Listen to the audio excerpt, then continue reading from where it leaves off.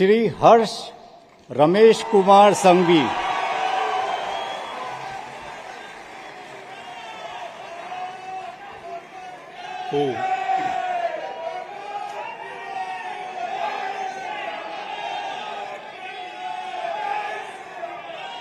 હું હર્ષ રમેશકુમાર સંઘવી ઈશ્વરના નામે સોગંદ લઉં છું કે સોગંદ લઉં છું કે કાયદાથી સ્થાપિત ભારતના સંવિધાન પ્રત્યે હું સાચી શ્રદ્ધા અને નિષ્ઠા ધરાવીશ. હું ભારતના સાર્વભૌમત્વનું અને અખંડતાનું સમર્થન કરીશ.